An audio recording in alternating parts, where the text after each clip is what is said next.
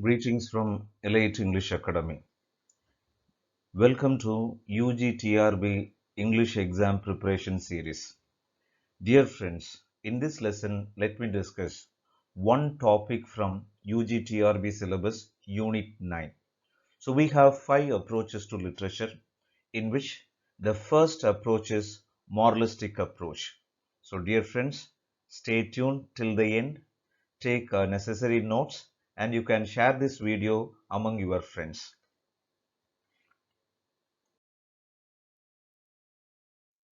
So if you go through the different books of approaches to literature, we have one exclusive book titled Five Approaches to Literature, an arrangement of contemporary critical essays. It was written by Wilbert Stewart Scott, published in 1963. So what he has done is he has given a beautiful introduction about five approaches to literature, and some important essays are arranged accordingly. For example, the moral approach, under which he has three different essays by three different persons.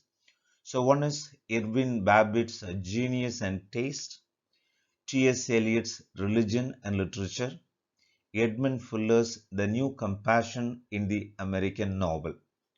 The second one is the psychological approach, literature in the light of psychological theory.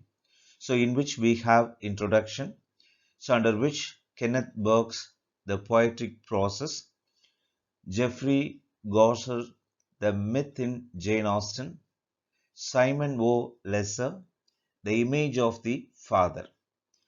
As the third one, we have the sociological approach, literature and social ideas, in which we have introduction and some specific essays like Joseph Woodcrutch, The Tragic Fallacy, Christopher Caldwell's George Bernard Shaw, A Study of the Bourgeois Superman. George Orwell has written Rudyard Kipling. Then we have the formalistic approach, literature as aesthetic structure. The introduction is followed by three essays from three different persons. James Smith's As You Like It, Elder Olson's Sailing to Byzantium, Prologue to a Poetics of the Lyric, that is the exact title. Cleant Brooks, Keats' Sylvan Historian, History without Footnotes. Finally, we have the approach, the archetypal approach, literature in the light of myth. So the introduction is followed by Gilbert Murray's Hamlet and Horace, Robert Hellman's The Turn of the Screw as poem, Leslie Fielder's Come Back to the Raft Again, Huck Honey. So finally, a synthesis essay, and it is titled A Critic's Job of Work by Richard Blackmore. So dear friends, since the preparation is for UGTRB, it is not necessary you have to go through all the works mentioned here in this book. What is more important is the introductory part. For all the five approaches, the introduction and what is that approach and what are the important persons and their works. So if you have the preparation like this, then there is more than enough for UGTRB examination. Now in this essay, in this lesson, let me discuss what is the moral approach to literature.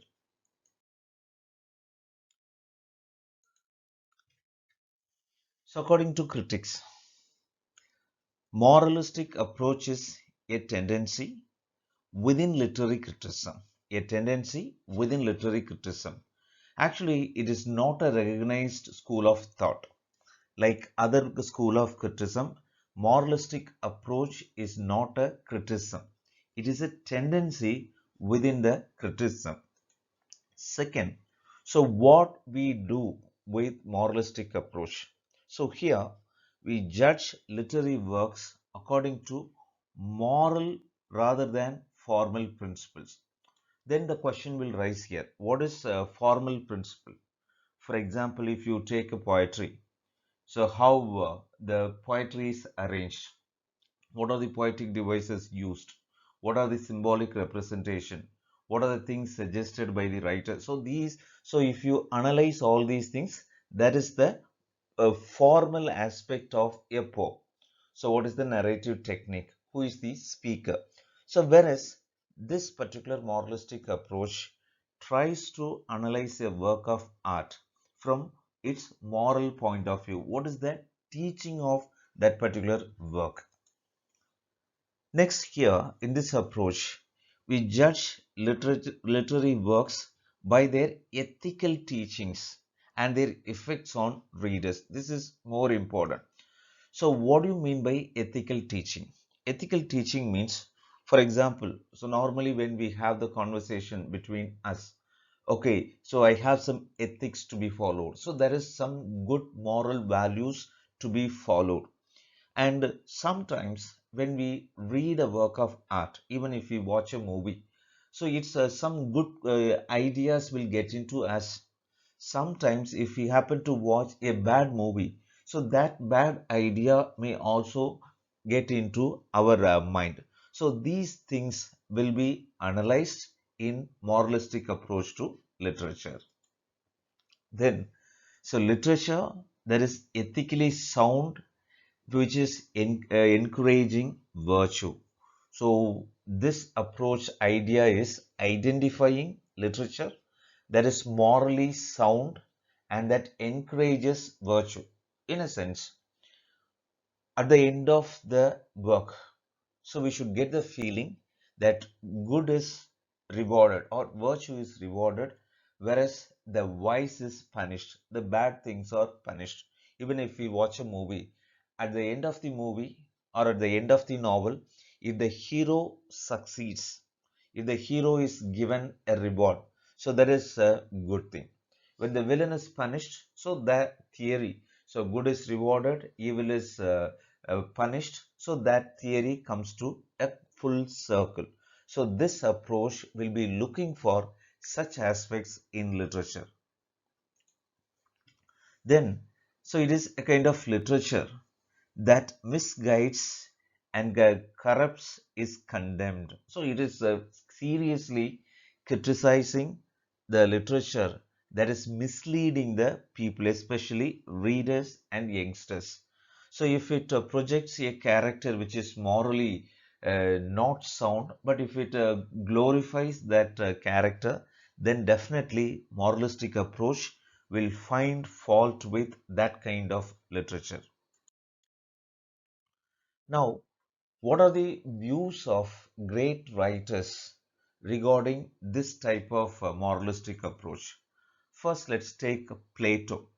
He was very much concerned with the moral effect the poet might have in his Republic. I hope you remember Plato has written a book, Republic, in which he is worried about how the poets can bring the moralistic things to the society.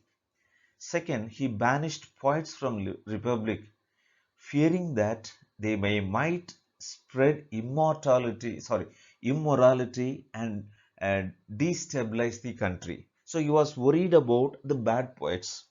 So Plato banished poets from his Republic because so he was afraid that they may spread wrong things. That is, he was afraid of bad poets. Then if we take Horace, he studied poetry in his work Ars Poetica, especially the moral contribution of poets. According to him, so poetry should promote moral values. So similar to that, Philip Sidney talks about the usefulness and beauty of poetry. Then he praised the role of the poet in purifying the imagination, which the historian and philosopher were capable of. So it is a very beautiful thing. So there is a comparison among three different types of artists. One is the poet, another one is historian, and the another one is philosopher. Normally, historians and philosophers, they purify the imagination because historians present what happened. So historian present the truth. So philosopher presents a beautiful imagination. So that is what should be the right thing for a society.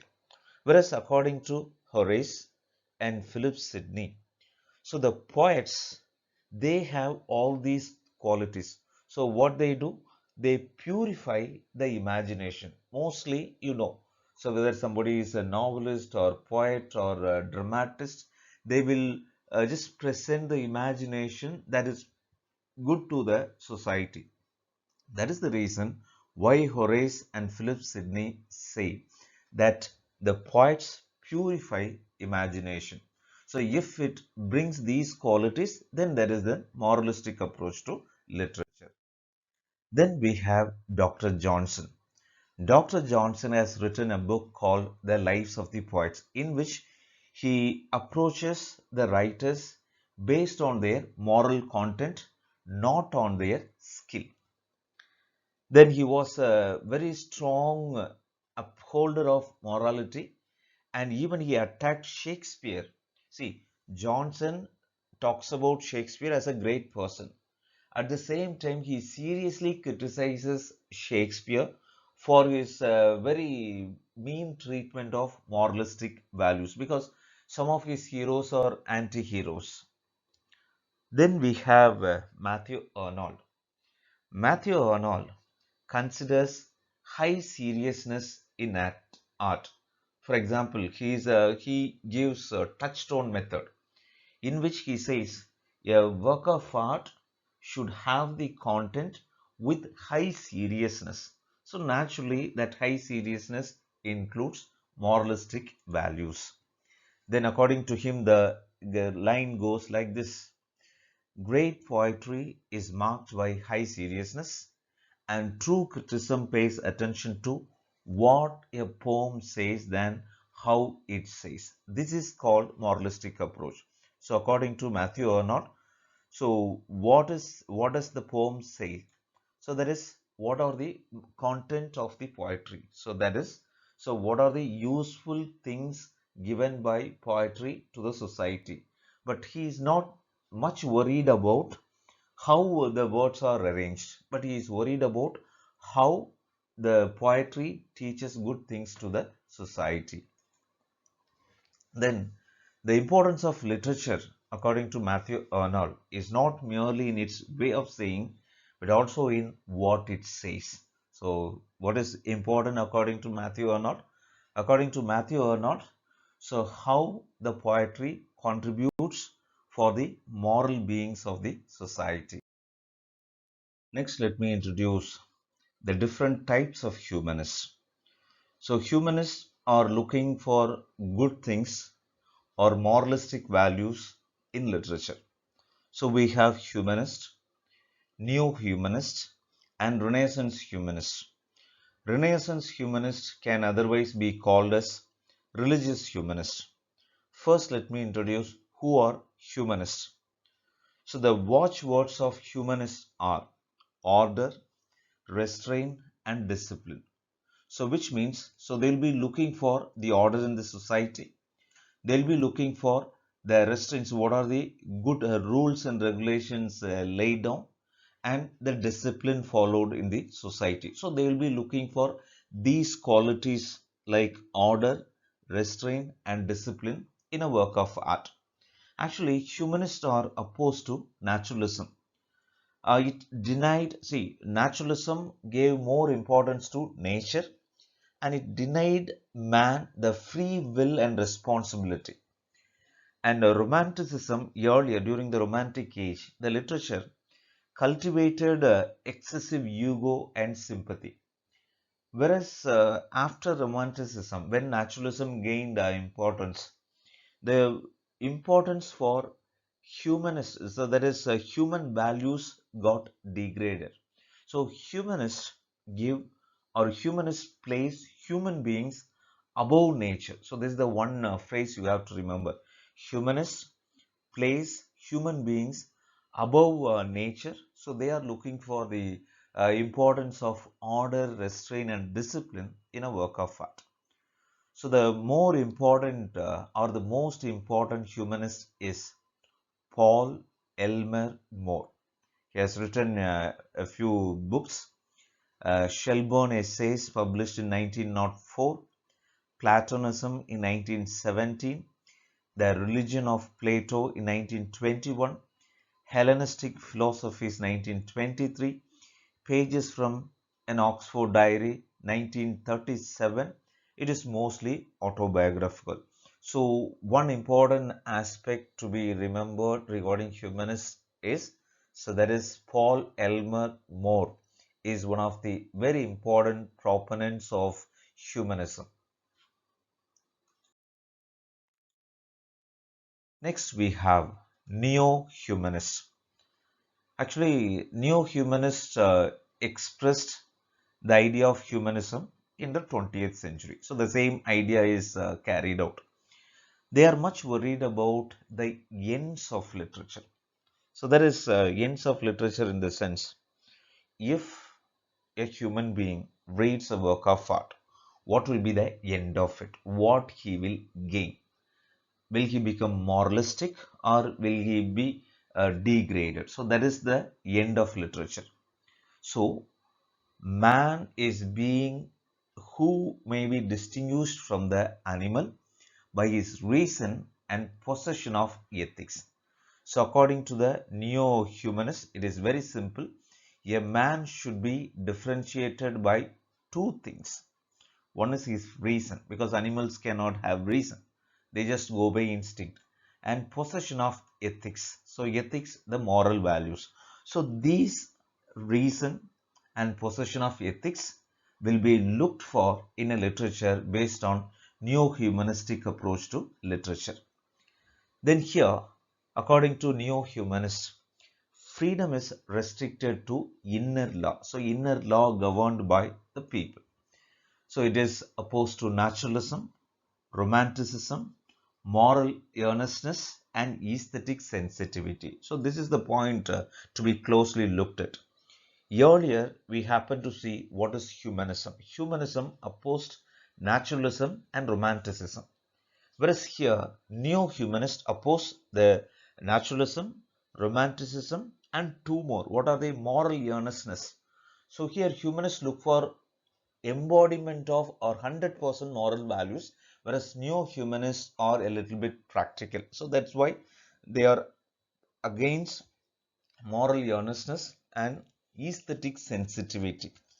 So here, according to formalistic approach, aesthetics is given more importance, whereas neo-humanists, they are practical, but the other ideas of aesthetic sensitivity takes the backseat.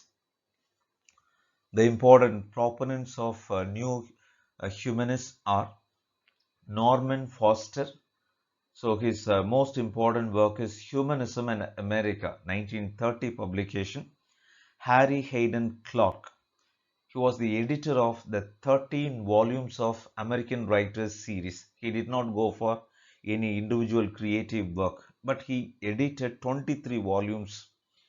George Eliot published English poetry of the 19th century in 1931. Frank Jewett Mather. He wrote Estimates in Art in 1916. Irving Babbitt wrote Literature and the American College 1908. So this work seems to be different. And Robert Schaffer, Gorham Munson, Stuart Sherman Pratt. These are the other neo-humanists we have in the 20th century. To conclude, neo-humanists are the writers who expressed or who were looking for humanistic ideas in literature. So mostly they belong to the 20th century. Finally, we have religious humanism. So slowly, humanism and neo-humanism, they transformed into religious humanism. So the modern writers started looking for religious values in literature. For example, T.S. Eliot criticized humanism and humanistic criticism for its weakness. At the same time, F.R. Lewis has a different idea about this. F.R. Lewis supports humanism, whereas T.S. Eliot criticized humanism because it lacks religious values. So, as a matter of fact, Marxist criticism also has its base on the moral standards of a text. Then, in this context, we have to look for T.S. Eliot's exact words.